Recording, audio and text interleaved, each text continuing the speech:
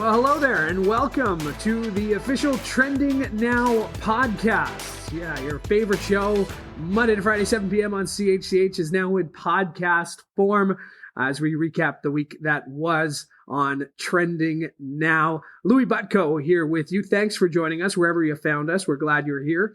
And again, this is the official podcast of Trending Now, and lots to get to in the week that was. Also coming up, we'll be joined by Kelly Botelho. She, of course, is hosting as Nicole Martin is away on a maternity leave. So Kelly Botelho hosting, and we'll be joined by her in just a little bit. We'll also be joined by Manesa Dhanabalan. She is the reporter this week on Trending Now. Lots to get to with them coming up on today's show. But really, this is episode 1, so we appreciate you joining us, and make sure you subscribe so you never miss an episode of this show. And make sure to check out Trending Now on all of the various social media platforms, including TikTok, including YouTube, Facebook, Instagram, and anywhere else on social media. Let's look at the week that was, and let's start on Monday, where it's likely, no matter where you were, everybody was talking about the Super Bowl. And maybe the Super Bowl or the Super Bowl halftime show. Let's start with the game where the Kansas City Chiefs defeated the Philadelphia Eagles 38-35. Patrick Mahomes was named the game's MVP for the second time in his career. He was the first player since 1999 to win the MVP, the league MVP, and the Super Bowl MVP in the same season. Maybe you were watching it for the football. Maybe you were watching it for Rihanna.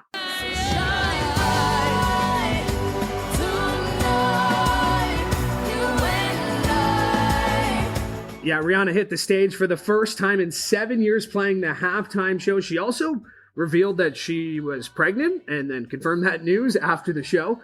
How about this? An average of 113 million people watched the game in the U.S. That's the most since 2017. And it peaked at 118.7 million during the halftime show. Meanwhile, in Canada, that trend continued as 8.6 million people tuned in. And the halftime show peaked 11.8 million tuned in to see Rihanna. Also happening on Monday, everybody was still talking about those downed objects that were shot down from the sky, as 3 more were shot down over the weekend across the U.S. and Canadian airspace. One off the coast of Alaska on Friday, one in Canadian airspace in the Yukon on Saturday, and one spotted over the Great Lakes on Sunday, right near Tobermory. On Thursday this week, though, U.S. President Joe Biden said the objects were no danger to national security, and he promised new rules to govern the skies. On Monday, Kelly was joined by Alistair Edgar from the Balsillie School of International Affairs to talk about the unidentified flying objects. Professor, what's going on with these unidentified objects? What do you think they are, and who do you think sent them? Mixed answers to that. What we know about the first one and what we know less of about the second, third, and fourth that have recently been shot down. The first one, the massive balloon that was 200 feet high with an attachment that was the size of 3 school buses attached to it. And people don't get the scale of this. This was huge. That balloon we know was from China.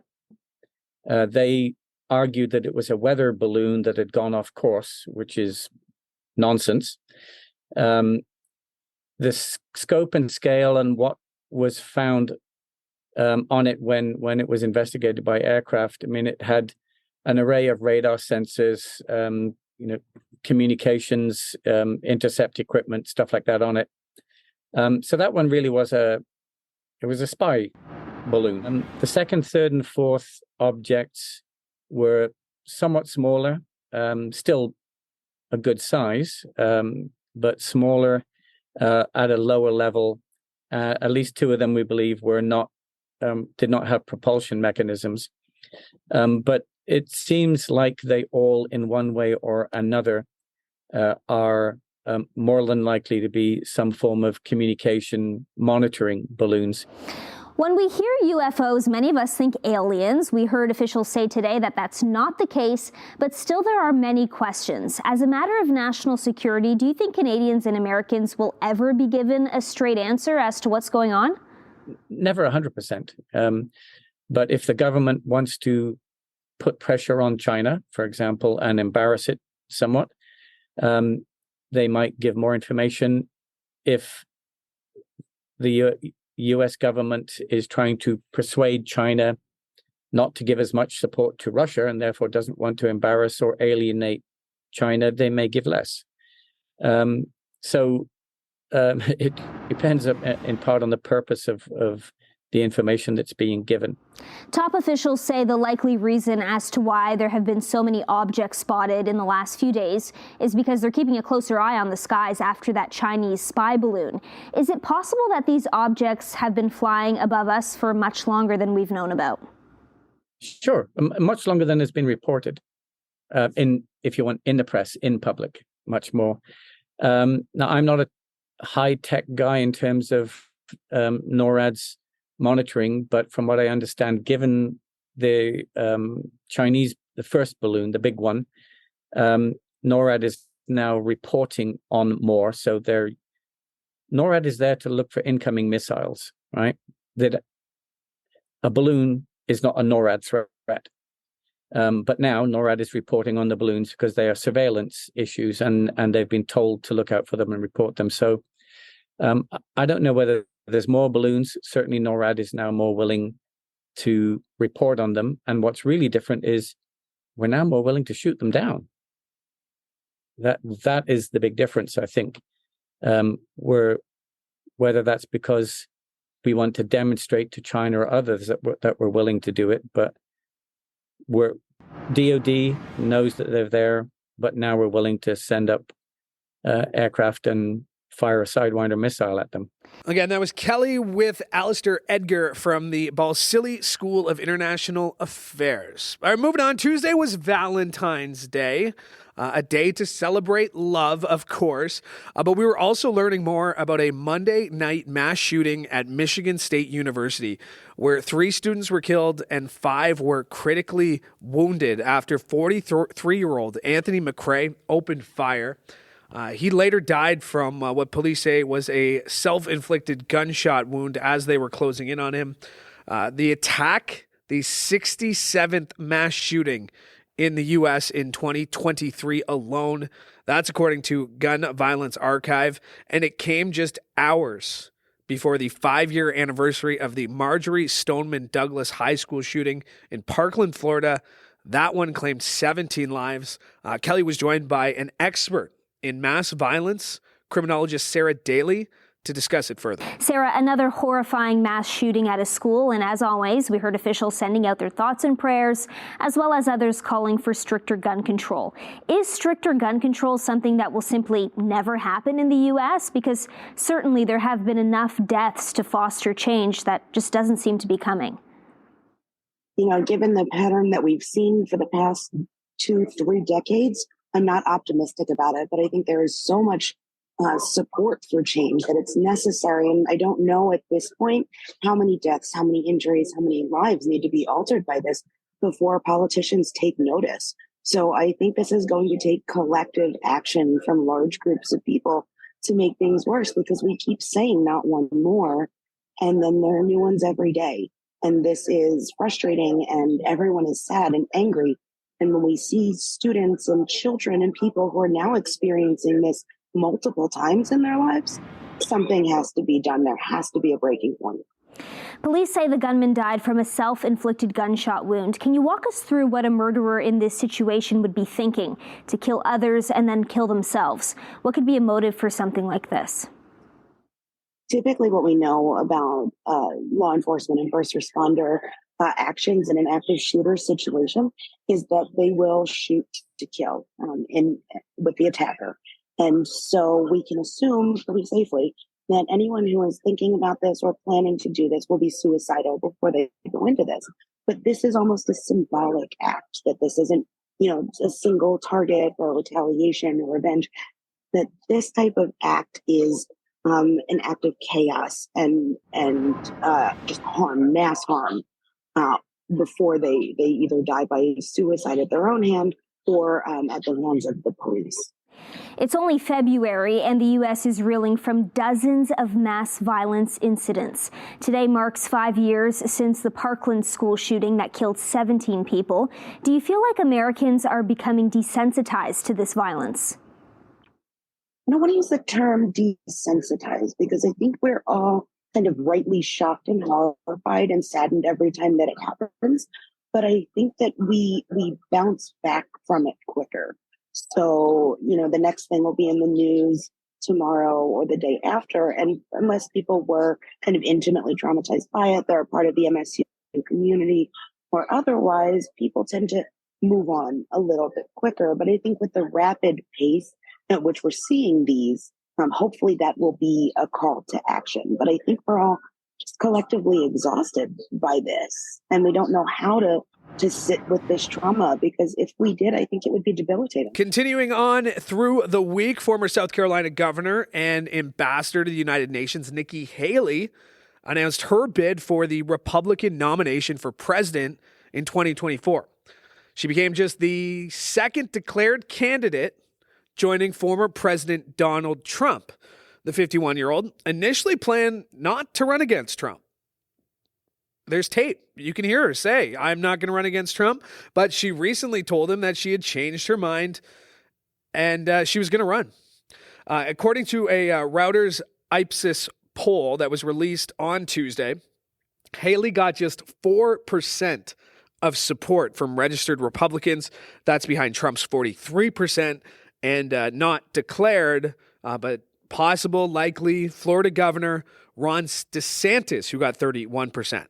Kelly was joined by Gunnar Romer from the Political Action Committee. That's a PAC. You may hear that term a lot in the next couple of years if you haven't already, but Political Action Committee, the PAC, a super PAC. He was from Republicans for Accountability Project to discuss how Haley stacks up against other nominee hopefuls. Gunnar, what do you make of Nikki Haley's bid to run for U.S. president in 2024? Where does she stand with the Republicans, and do you think she has a shot?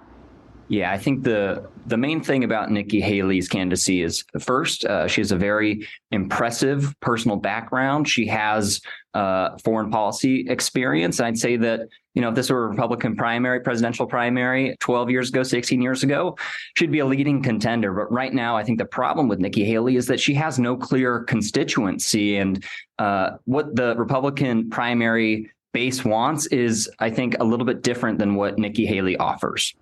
Now, we know she's running against former President Donald Trump. How do you think her platform will differ from his? Anything that sticks out as particularly problematic for you? Yeah, well, she's going to lean into both her experience as a former governor of South Carolina and as well as being the ambassador to the UN under the Trump administration. I think the problem is, and we do focus groups all the time, we recently did a poll too, is that her name doesn't come up organically like someone, obviously Donald Trump is universally known, but Florida Governor Ron DeSantis' name pops up frequently. And I think that Nikki Haley, her name just doesn't come up organically in the same way, right? We have to ask, what are your thoughts about Mike Pence or Mike Pompeo or Nikki Haley? And you do have people go, oh, yeah, I like Nikki Haley. I think she's good. But I think the thing that we're seeing in our focus groups and as well as our poll is that she had about high 40s favorability rating. Less than 10% of people had an unfavorable view of Nikki Haley. About 20% didn't know. The other 20 had no opinion about her. So there's some room for Nikki Haley to grow. But the thing is, you had Nikki Haley having favorables in the high 40s, yet on a 10-way ballot test, she only pulled in 4%. So, it's one thing to like a candidate, but it's another to feel so intense about a candidate that you want to vote for them. I think that that's the problem that Nikki Haley has right now. I think that her time as governor of South Carolina, what she did in terms of her response to taking down the Confederate flag, these are the sorts of things that are going to be raised as she's a candidate. And the one thing that we're waiting to see is, does Donald Trump choose to go after Nikki Haley, or does Donald Trump not and actually enjoys her candidacy as she could potentially take away votes from Ron DeSantis. And we saw what happened in 2016 when you have a bunch of Republican candidates running. Donald Trump has a grip right now. I think that he's the weakest he's been in the Republican Party, but he still has, about 30% of Republicans who would follow him. Even in our poll, we saw that 28% of Republicans would vote for him as an independent candidate compared to if Joe Biden and Ron DeSantis were both the Democratic and Republican nominees. Do you think Haley will be the person to unite the Republican Party and voters?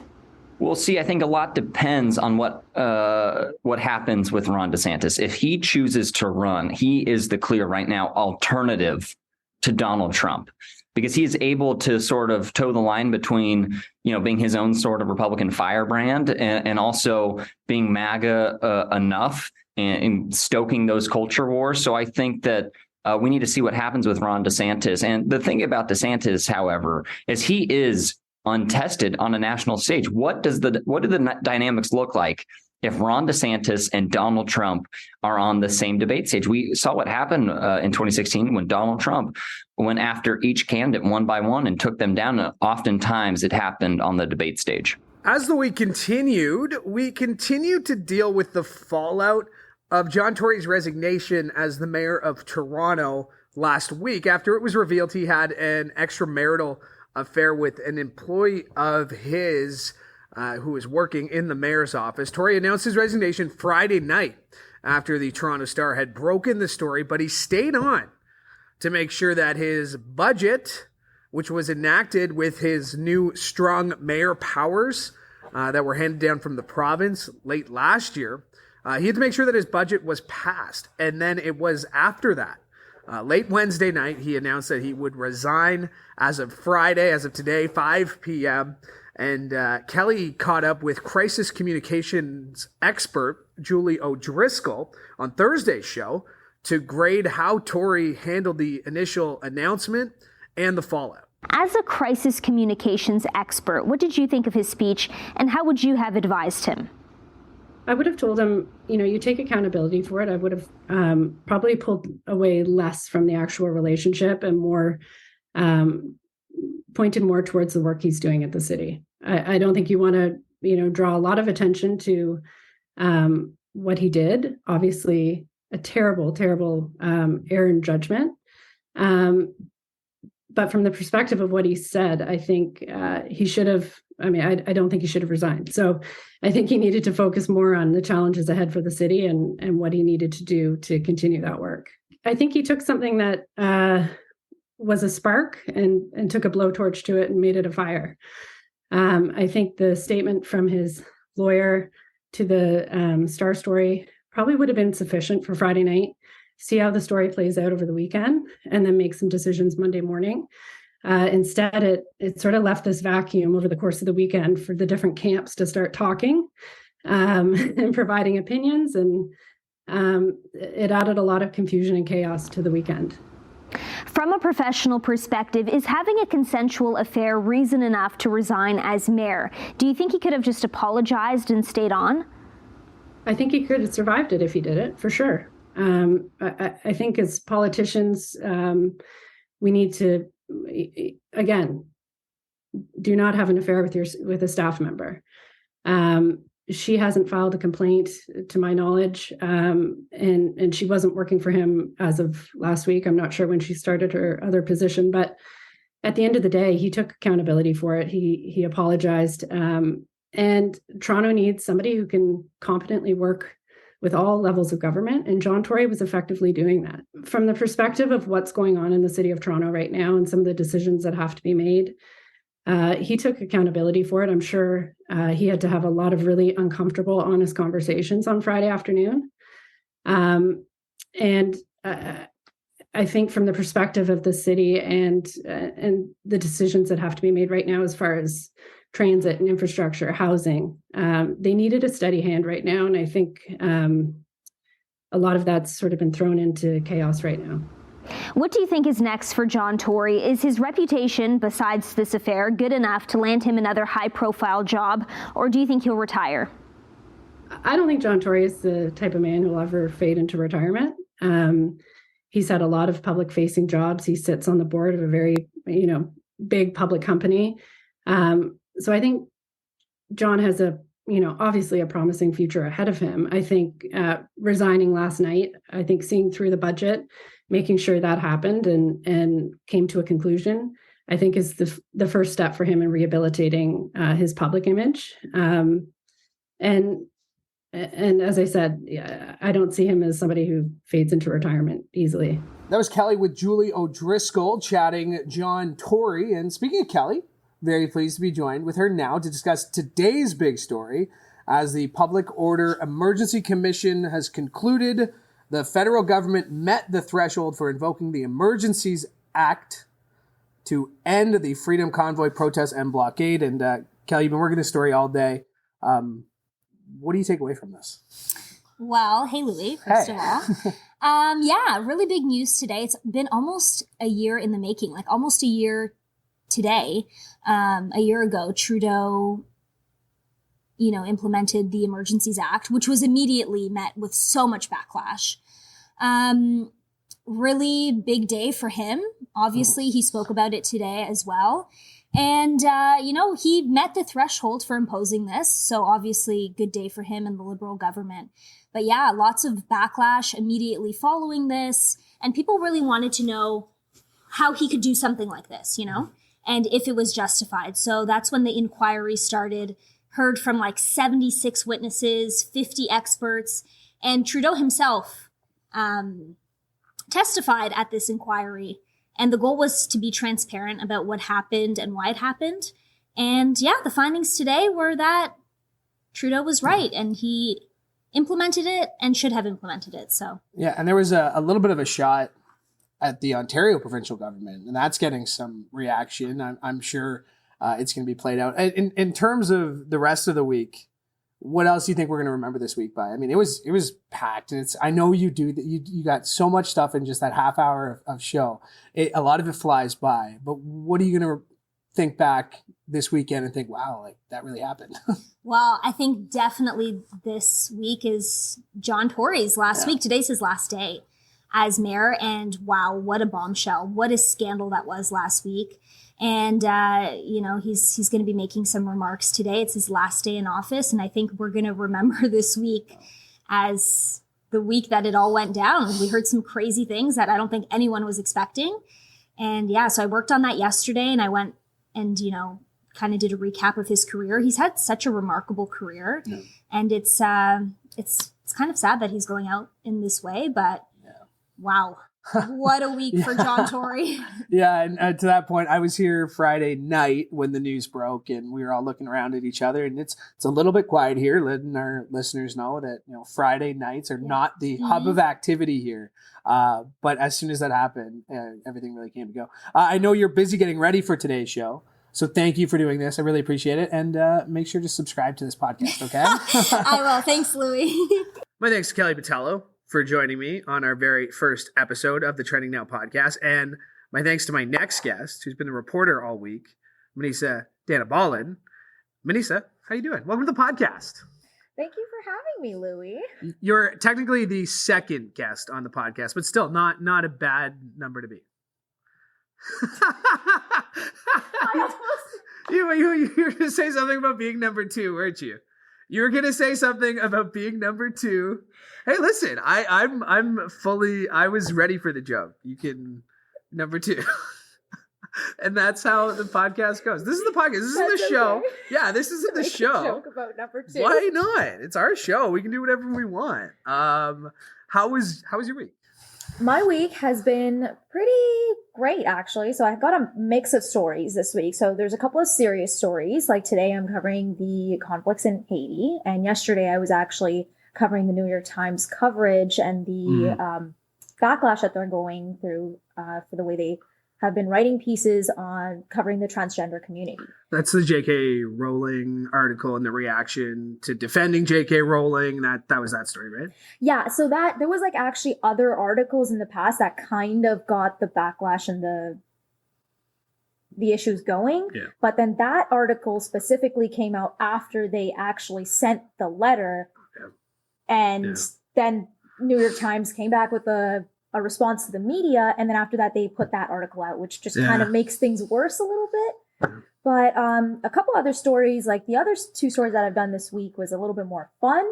I got like a Valentine's Day story and how it's more like a consumer driven celebration. And when I was kind of researching into that, I actually found out about the deep, scary history behind Valentine's Day. Yeah.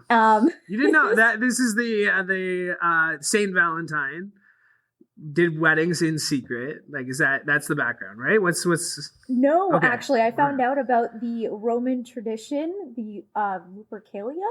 Okay. Which is so you were worried about saying number two, but you were worried about saying number two. but you can say Lupercalia without any issues. No, I don't know. I don't. What does the word mean?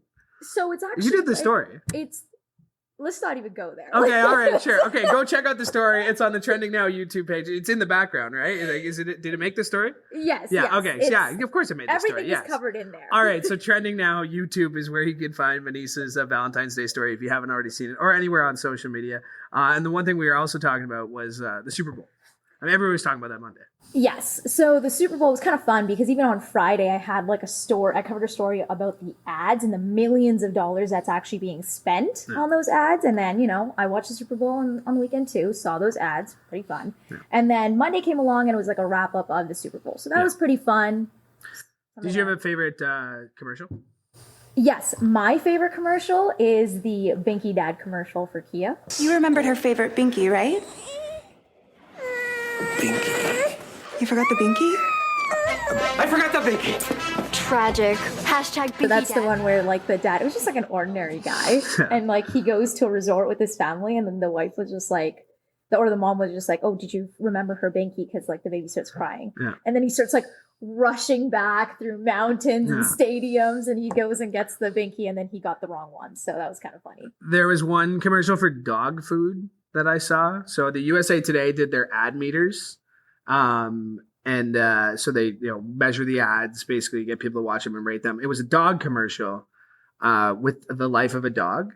I watched the first 5 seconds and I realized where it was going because the girl was getting older and the dog. I was like, I can't watch this. Like, it's mean. Like, that was sad. Yeah. When I was like looking at all the ads to like put in my pack, I was like, I'm gonna avoid this one. It was the number one ad though, based on reviews. I'm like, I get it. You're tugging at the heart. I can't do that. I'm like, I would have been crying if I haven't watched the whole thing because I would have been crying by the end of it. Yeah, I actually had to pause it 10 seconds through. But you know what? Which one actually that I'm remembering is the Crown Royal one. Thank you, Canada. Because the amount of times that we just get like dissed from across the border, it's crazy. So I told you about that one last week, and I'm like, have you seen it? It's the Dave Grohl one, and you were like, you were shocked by the amount of things that were Canadian, like egg cartons, and replays, like paint rollers, the Whoopee cushion. That was my favorite one.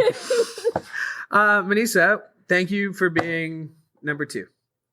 Thank you so much. Number 2 is the best, Louie. We can't live without it. Just saying. That is Manesa Dhanabalan. My thanks to her for joining me. My thanks to Kelly Botelho for joining me. And my thanks to you who is listening to this because this is the first episode. And if you found us and you made it all the way through, then thank you. This has been the Trending Now podcast. Make sure to check us out on various social media platforms, including on YouTube, the Trending Now official YouTube page. Make sure to like and subscribe wherever you found this episode so you catch the next one. I'm Louie Butko from CHCH. Thanks for joining us here on today's Trending Now podcast.